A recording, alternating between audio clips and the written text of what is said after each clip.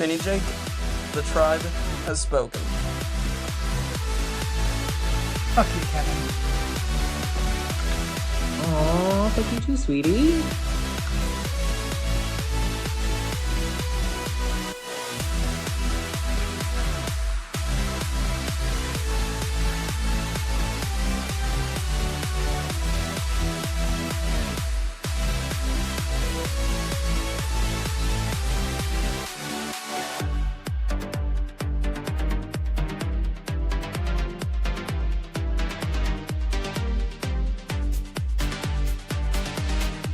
I'm JJ, one of the original Tribe of Nerds members. You can catch me on Marvel, Pokemon, and other gaming podcasts.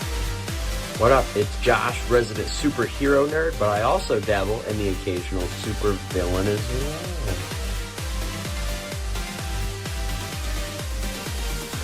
Some may know me as the Chaos Gremlin, but really I'm just Joe King. Pikachu, use Volt Tackle! Good job, Pikachu!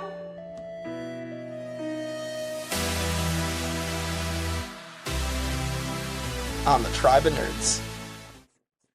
Hey everyone, welcome back to the Tribe of Nerds. Shane and I are back for Survivor What If, pondering the question, what would happen in this Survivor multiverse if you changed one thing in Survivor history? We're talking about Survivor Palau today, a season that involves one tribe getting completely decimated, with Stephenie being the last survivor remaining on the Ulong tribe. So we're going to talk about what if they merged one round earlier, actually had a merge, because technically Palau does not have a merge. Right. So he just got absorbed. So we're getting an actual merge. Bobby John and Stephenie are both in the game at the merge. So what happens? Does this change things? Do Stephenie and Bobby John stick together, or does Stephenie throw Bobby John under the bus, or vice versa? Like, how does this factor into this alternate timeline, Shane? This is actually interesting because, in my opinion, this is supposed to have been the real timeline. I feel like they were supposed. This is when they always merge, and then they're like, it would be more exciting because they're gonna lose if we just don't merge. Like, I genuinely think that, especially because recently Jeff has gone on his podcast and been like, yeah, we can pull a swap whenever we want. And this is essentially the same thing. So with that being said, I think it makes the merge, well, not even the merge vote. Yeah, like the final 10 vote more interesting. The outcome might be the same, but it makes it more interesting. So I think with Stephenie and Bobby John coming in, it's not going to be as simple as like, let's just pick them off. They're going to fight. I think they're going to go after Kobe and Janu to try to pull them over, and probably successfully pull them over. That's only 4 out of 6 though. So that's where things get dicey. Like, they need 2 more. The obvious is like, go for Greg and Jen because they're a pair. But I don't know if they would make the move. And if they don't make the move, I still think Kobe is the vote. But now, like, it's 10 instead of 9, so he's not on the jury. Yeah, that. Or does Janu just quit? Janu might just quit and be like, I don't have to be on the jury, so I'm just gonna get out of here. No, I mean, I think Greg and Jen are the only option because, I mean, they could try to go to Karen, but Karen sucks, so she's probably gonna just avoid. She's gonna tell Tom everything.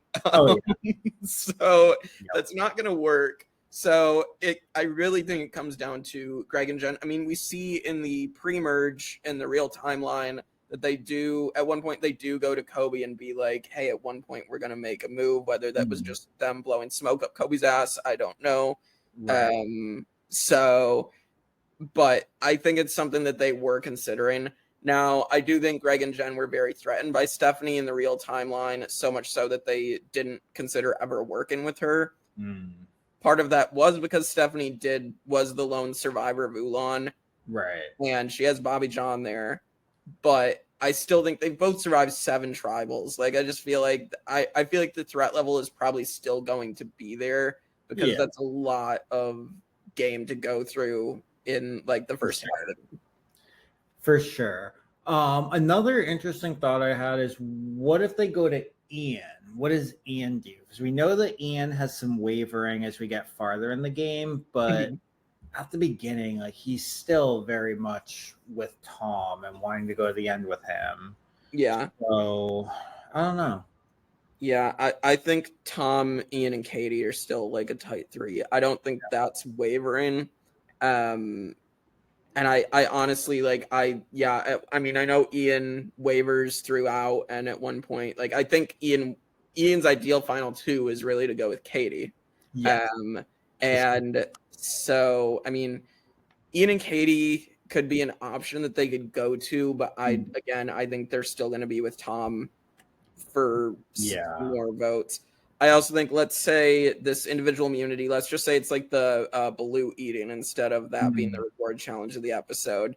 I think Tom wins that challenge still because he was dominating that. Bobby John's going to try to stuff his face with all of it, but it's not going to work. Oh, for sure. Yeah. So Tom, I think, still wins immunity. And so regardless, they're not going to be able to get a move off on Tom. Right. And so I think Kobe's probably in danger. Yeah. 10. Yeah, I think it's just as it is in the normal timeline, except now he's not on the jury. Yeah. And then I think this causes Janu to be closer to quitting the game anyway. Yeah. And so then we're at the final 9. I mean, Tom's basically going to win the next 2 immunity challenges as he does in the real timeline. So, which is the perch and the last gasp. Yeah, because I don't think Bobby John would win them because that's the only difference is he's there now. And like if Stephenie couldn't win them in the real timeline, she's not going to do it here. Yeah, well, Stephenie stepped off the perch for pizza because she loves pizza. So. These Italian pizza that went out of business like immediately after she said it. Oh, jeez.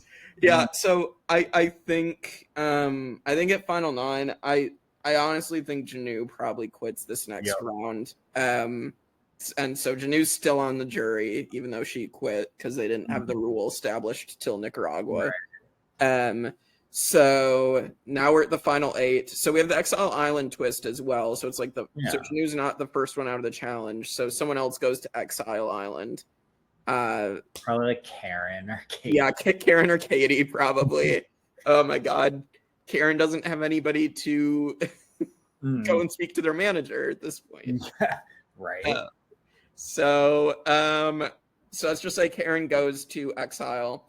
And at this point, I do think Stephenie specifically starts throwing Bobby John under the bus. I think that she wasn't really working super closely with Bobby John. We saw at multiple points in the real timeline. She did try to vote him out and then lied about it and threw which is so funny. I mean, I think Kevin said in our mod chat or in our 1 through 50 chat, sorry, he's watching Guatemala and he's like, Bobby John is one of the dumbest people. Because he's literally believing everything Stephenie says when it's so obvious that Stephenie voted for him. Oh, 100%. Yeah, so I don't think it's going to work for him in Palau. No. So I think Stephenie is very willing and very able to get Bobby John under the bus. And I could honestly see Bobby John going next.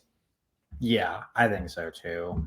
So it's pretty much we're just swapping Bobby John and Kobe as jury versus not jury, pushing you down one spot, and then and then Stephenie probably goes. Yeah, I think it's the same boot order, and then they make a move on Greg, and then and then they are gonna cut Karen anyway, and then I don't see much changing. I think Tom easily still wins this season. Yeah, I think it becomes more exciting. But other than that, it's the same outcome. Mm-hmm. Except I think next season, Guatemala is now different. I don't think they're going to bring Bobby John and Stephenie. They probably would try to get Stephenie because I feel like they only brought Bobby John with her the first time. Just they wanted her on there. Yes. That's all I wanted. Yeah, and they knew that people would get more excited for Stephenie than they would for Wanda and Jonathan or or Scoopin' and Roger, but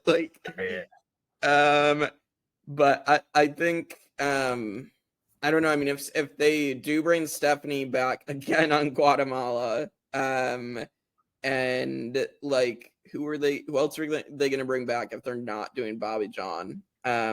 Wait for it. They could bring the other person whose popularity she stole, Rupert. Oh my God. Yes. Stephenie. That would be the first 3-time player, though. Yeah. Oh my God. And then they get in a fight like they did on Heroes and Villains, because he was definitely threatened by her popularity. Yes. Yeah, absolutely. She called it out. Stephenie. I don't like her. And Stephenie's literally like, Rupert is a good guy, but he literally is threatened by me. Yeah. Oh boy. Yeah, I think that'd be hilarious to see Rupert running through the jungles of Guatemala. Yeah, that would be something. Because every time we've seen him, it's been a beach. Oh my God. Does Rupert talk about how his jeans are now weighing him down in the league? Oh boy. Yeah, he's ridiculous.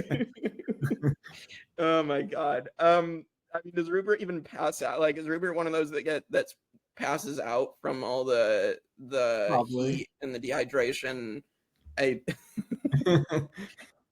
I'm sure. Also, Rupert can't even fish at all because there's crocodiles in the water. So. And I don't have my Hawaiian sling. This has devolved into Rupert impressions. All right. So anything else to discuss with this Palau scenario? I don't think so. I think we pretty much hit it. Sweet. Yeah, we'll see you all next time for more Survivor What If scenarios on the Tribe of Nerds.